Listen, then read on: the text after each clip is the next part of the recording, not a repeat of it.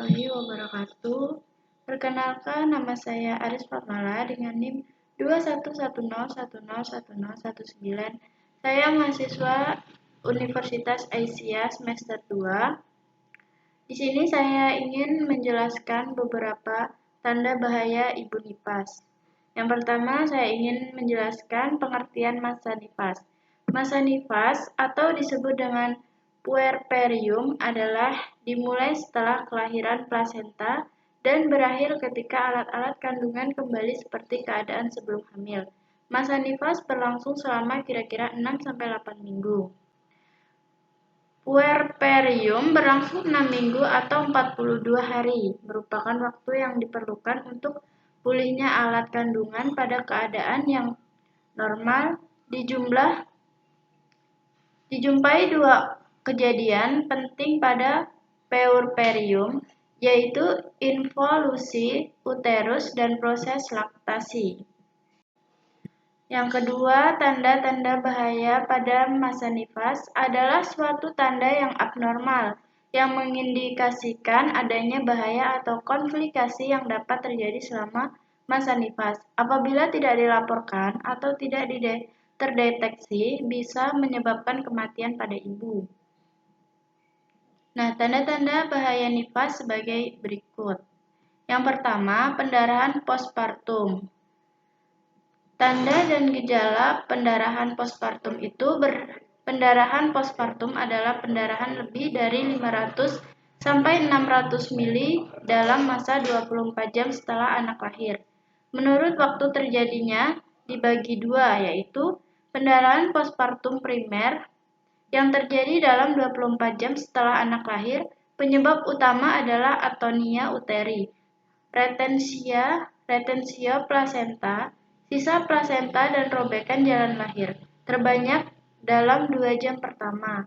Yang kedua, pendarahan postpartum sekunder yang terjadi setelah 24 jam, biasanya terjadi antara hari ke-5 sampai 15 postpartum.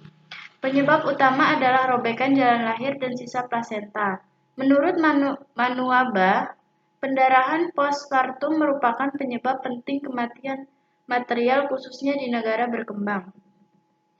Faktor-faktor penyebab pendarahan postpartum itu ada grande multipara, jarak persalinan pendek kurang dari 2 tahun, persalinan yang dilakukan dengan tindakan, dan penanganannya itu pendarahan yang perlahan dan berlanjut atau perdarahan tiba-tiba merupakan suatu kegawat daruratan.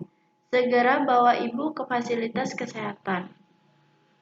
Yang kedua, lochea yang berbau busuk, bau dari vagina. Lochea adalah cairan yang dikeluarkan uterus melalui vagina. Dalam masa nifas, sifat lochea alkalis. Jumlah lebih banyak dari pengeluaran lendir waktu menstruasi dan berbau anyir. Lochea dibagi dalam beberapa jenis. Yang pertama, lochea rubra. Lochea rubra itu berisi darah segar dan sisa-sisa selaput ketuban. Sel-sel desidua, vernix, caseoso, lanugo, dan meconium selama 2 hari pasca persalinan. Yang kedua, lochea sanguinolenta, yaitu berwarna merah kuning berisi darah dan lendir hari ke-3 sampai 7 pasca persalinan.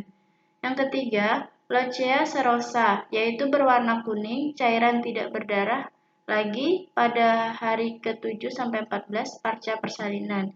Yang keempat, lochea alba, cairan putih setelah 2 minggu. Yang kelima, lochera purulenta, yaitu terjadi infeksi cairan seperti nanah berbau busuk. Yang keenam, locheotasis, lochea tidak lancar keluarnya. Tanda dan gejalanya keluarnya cairan dari vagina, adanya bau yang menyengat dari vagina, disertai demam kurang lebih dari 38 derajat Celcius. Penanganannya, jagalah selalu kebersihan vagina Anda. Jika terjadi hal-hal yang diinginkan, segeralah periksa dari diri Anda ke fasilitas kesehatan. Yang ketiga, subinvolusi uterus. Involusi adalah keadaan uterus yang mengecil oleh kontraksi rahim di mana berat rahim dari 1000 gram saat setelah bersalin menjadi 40-60 mg 6 minggu kemudian. Bila pengecilan ini kurang baik atau terganggu disebut subinvolusi. Faktor penyebab subinvolusi antara lain sisa plasenta dalam uterus, endometris, adanya mioma uterus. Tanda dan gejalanya itu uterus lebih besar dan lebih lembek dari seharusnya. Fundus masih tinggi, locea banyak dan berbau. Terus pendarahan. Untuk penanganannya segera periksakan diri Anda ke fasilitas kesehatan.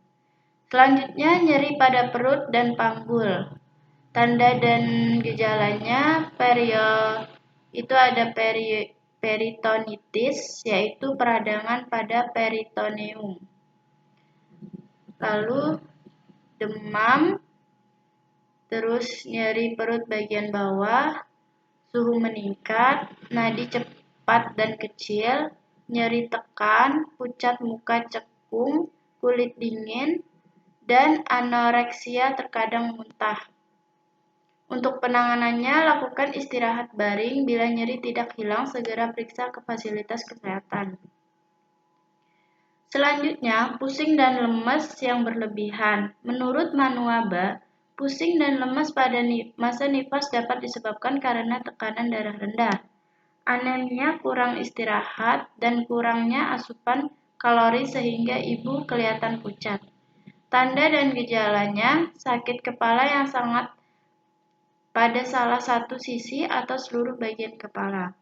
Kepala terasa berdenyut dan disertai ras mual dan muntah. Terus lemas. Untuk penanganannya, lakukan istirahat baring, makan dengan diet berimbang untuk mendapatkan protein, mineral, dan vitamin yang cukup. Minum sedikitnya 3 liter setiap hari, meminum tablet VE selama 40 hari, minum kapsul vitamin A 200.000 per unit.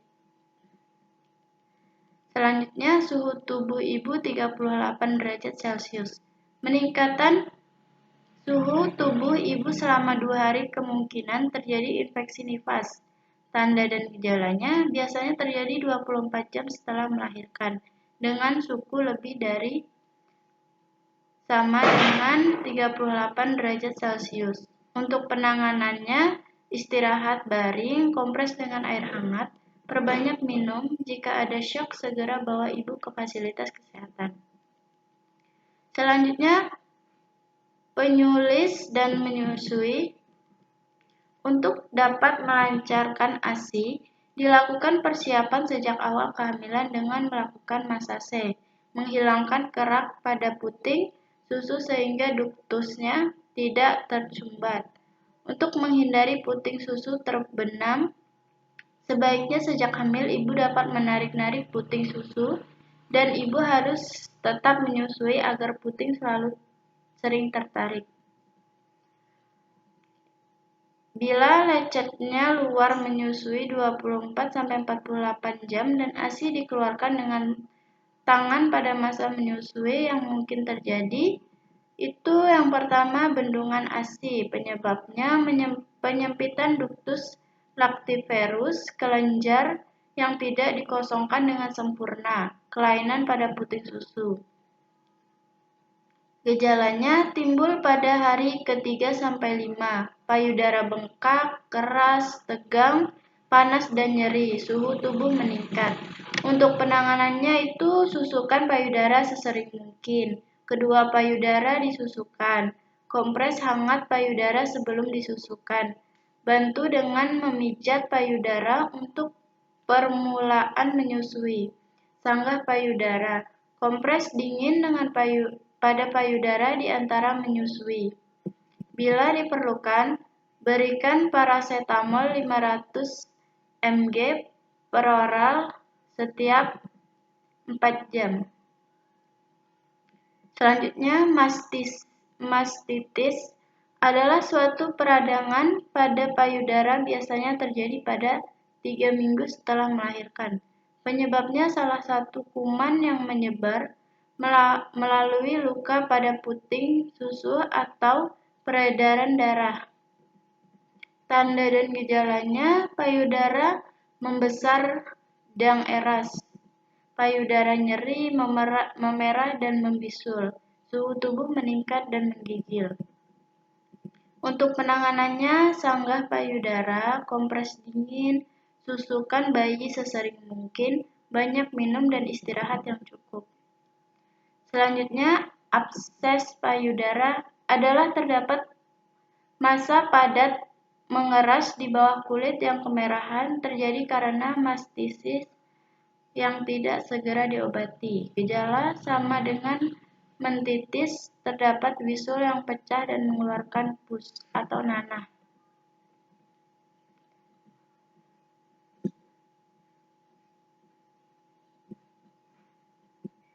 Baiklah, mungkin hanya itu saja yang bisa saya sampaikan. Lebih dan kurang saya mohon maaf. Saya akhiri. Assalamualaikum warahmatullahi wabarakatuh.